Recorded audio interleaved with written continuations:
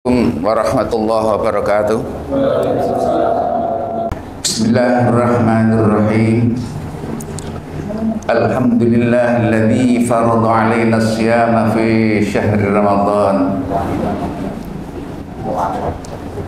Asyhadu an la ilaha illallah wahdahu la syarikalah.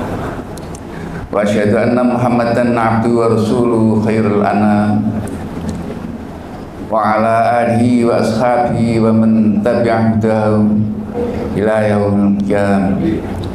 Amma ba'd. Pertama, kita bersyukur kepada Allah Subhanahu wa taala yang telah memberikan banyak sekali nikmat kepada kita semua. Sampai Allah menantang kepada kita, wa in ta'uddu ni'matallah la tuhsuha. Kalau kalian hendak menghitung nikmat yang aku berikan kepada kamu, lan tuhsuha, maka tidak akan bisa kamu menghitungnya. Saking banyaknya nikmat yang Allah berikan kepada kita. Hadirin rahimakumullah, kita bisa bayangkan betapa banyaknya nikmat yang Allah berikan kepada kita. Dari Allah memberi mata yang nilainya tidak bisa kita hitung seberapa besarnya nikmat berupa mata. Baru kita tahu kalau nikmat mata itu sangat besar nilainya kalau mata kita ada masalah. Misalnya harus pakai kacamata, oh ternyata yang minnya besar atau yang minnya besar itu butuh bantuan kaca. Sebenarnya tidak membutuhkan, tapi karena kita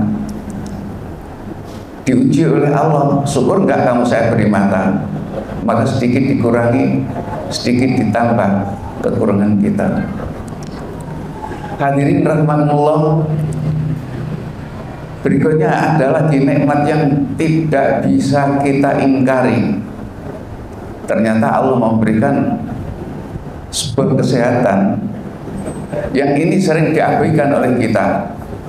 Artinya dianggap apa itu kesehatan, kan lumrah orang hidup mesti seperti ini. Tapi tidak tahunya kita bisa begini ini karena nikmat dari Allah Subhanahu wa taala. Bahkan kita bisa duduk seperti ini itu atas bantuan Allah Subhanahu wa taala, atas campur tangan Allah Subhanahu wa taala. Kalau kita dilepas dari penjagaan Allah, kita akan jungkel. Coba bayangkan betapa banyaknya saudara kita yang fisiknya masih kelihatan utuh, tapi tiba-tiba tidak bisa jalan. Betapa indahnya Allah memberikan sendi-sendi pada tulang kita, lutut kita seperti ini. Itu kalau tidak Allah jaga, maka kita nggak bisa berdiri seperti ini. Kesalahan kita kadang-kadang menganggap semua ini kehendak alam, lupa siapa alam itu, apa alam itu, siapa yang menciptakan alam itu. Jadi hendaknya setiap kita melihat sesuatu itu hendaknya kita kembalikan kepada Allah Subhanahu wa taala. Makanya Allah kemudian mengatakan, wa fil ardi ayatul lil muqinin. Dari muka bumi ini tersebar berbagai ayat yang menunjukkan keagungan Allah. Termasuk apa? Banyak sekali. Coba kita lihat tumbuh-tumbuhan yang beraneka ragam warnanya. Coba kita lihat bagaimana tumbuh-tumbuhan itu bisa berkembang seperti itu. Itu semua atas kudrah dan iradahnya Allah. Dan ini bagian dari nikmat Allah yang diberikan kepada kita. Makanya Allah sering mengatakan, "A'antum takhluqunahu am nahnul khaliqun?" Apa kamu yang buat ini semua? Ya.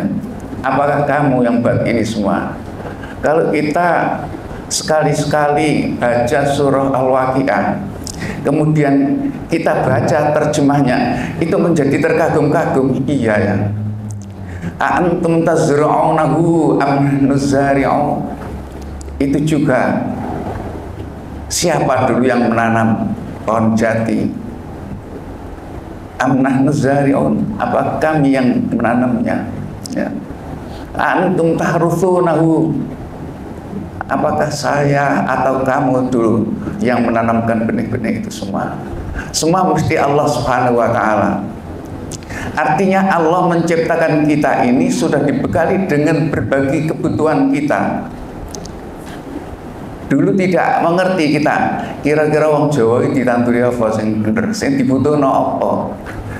Kenapa kalau di daerah timur, daerah Irian misalnya, itu cuma sebagian kecil sekali yang bisa ditanami padi. Tapi kalau di Jawa tidak, dengan kesuburannya bisa ditanami padi. Kenapa? Allah tahu betul bahwa manusia Pulau Jawa itu makannya tidak bisa lepas dari padi.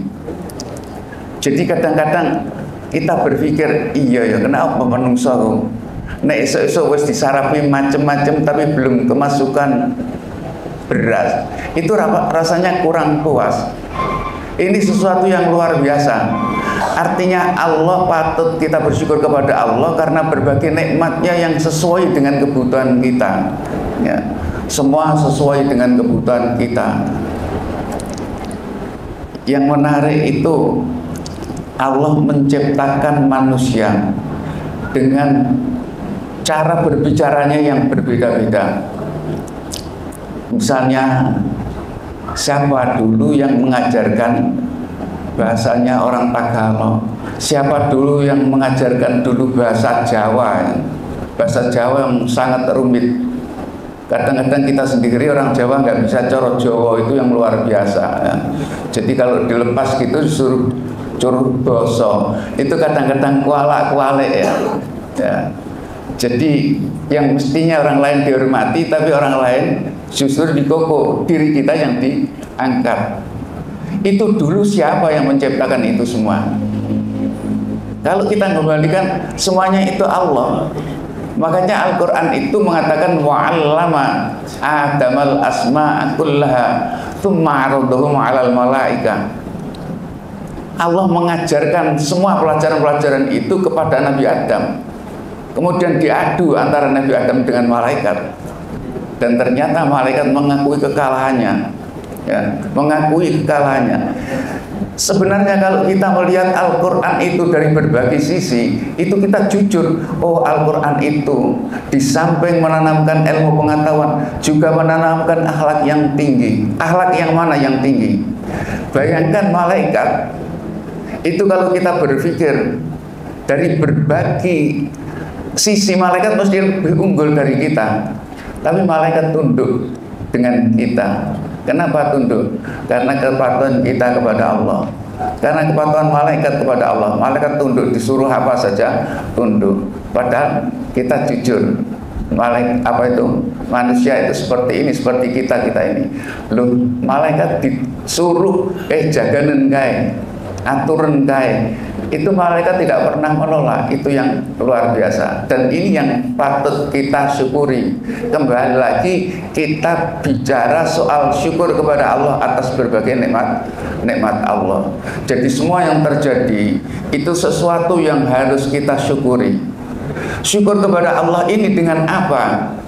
Apa cukup kita dengan mengucapkan alhamdulillah? Tidak. Itu ungkapan yang sangat sederhana yang diwujudkan dengan ucapan. Tapi syukur yang sebenarnya adalah bentuk ketaatan kita kepada Allah Subhanahu wa ta'ala. Contohnya kita diperintahkan untuk berpuasa.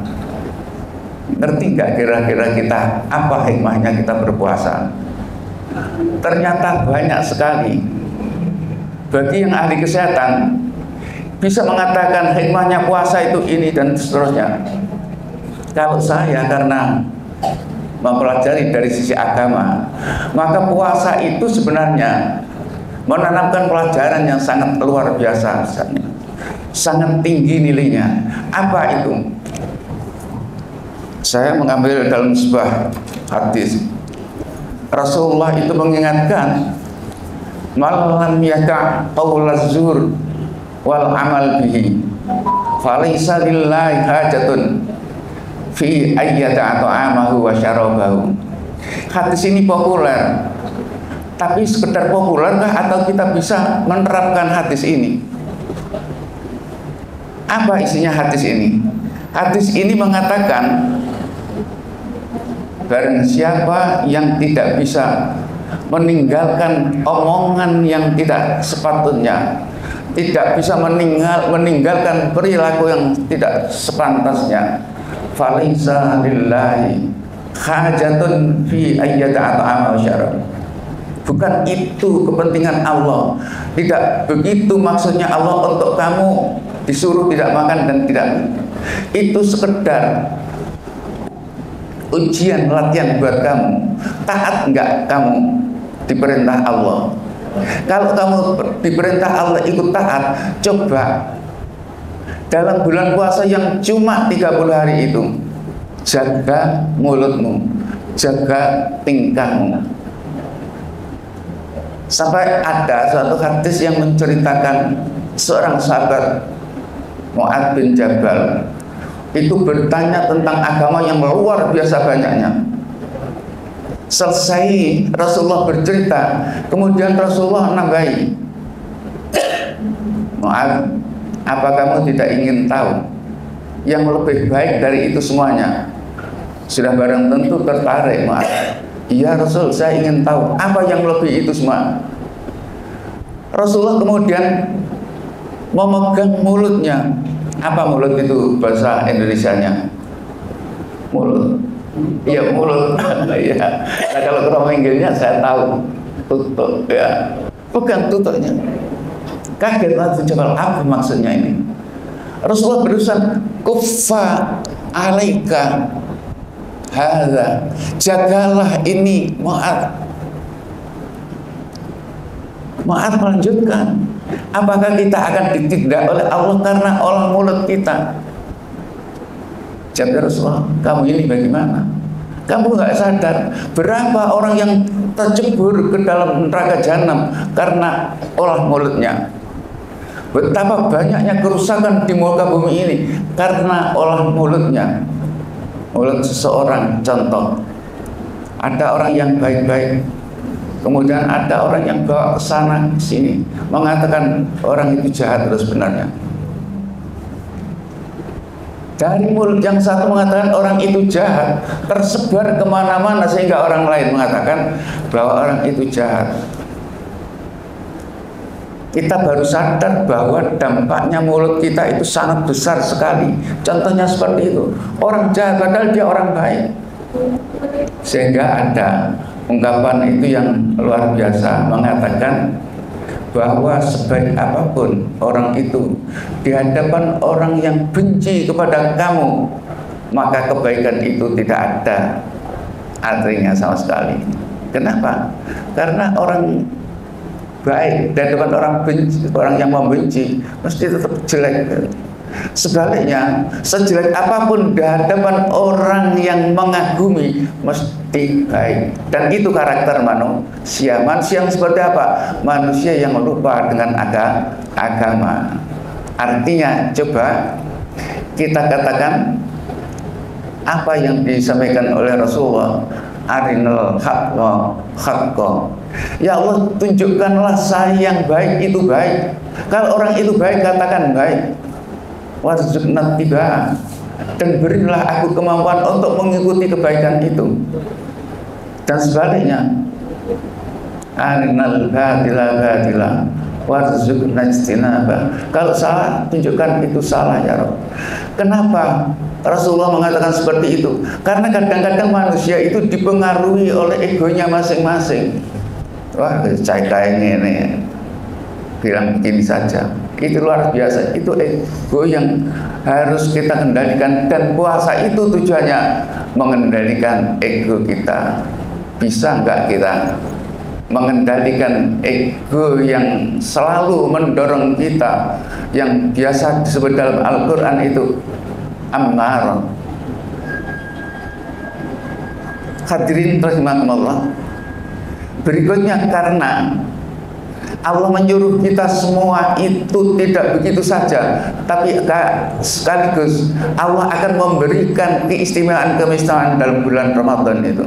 Makanya dalam sebuah hadis, sekalipun dibilang itu hadisnya dhaif, tapi ayo artinya kita kupas dengan baik.